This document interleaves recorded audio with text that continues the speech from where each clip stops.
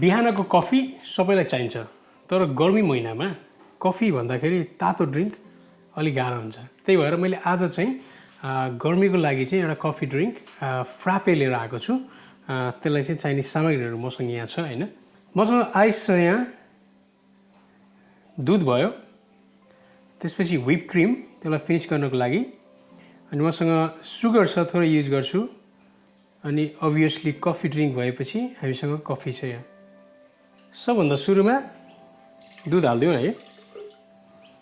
त्यसपछि आइस भयो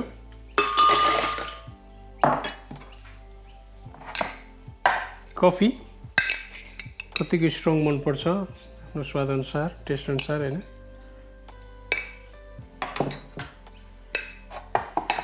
त्यसपछि थोरै सुगर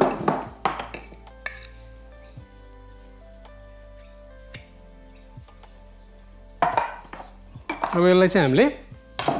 हाई स्पिडमा हैन ब्लेन्ड गर्छौं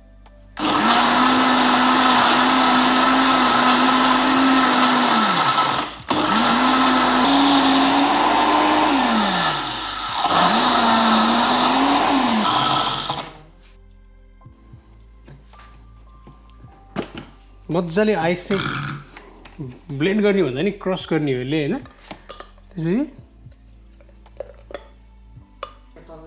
एउटा ग्लासमा हैन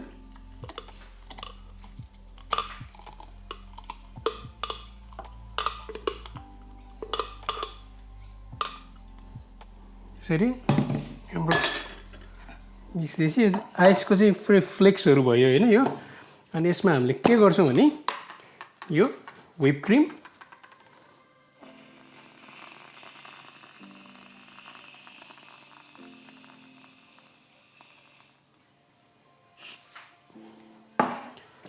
अनि यसलाई चाहिँ थोरै चकलेट मलाई चकलेट मन पर्ने भएर म चकलेट हाल्छु है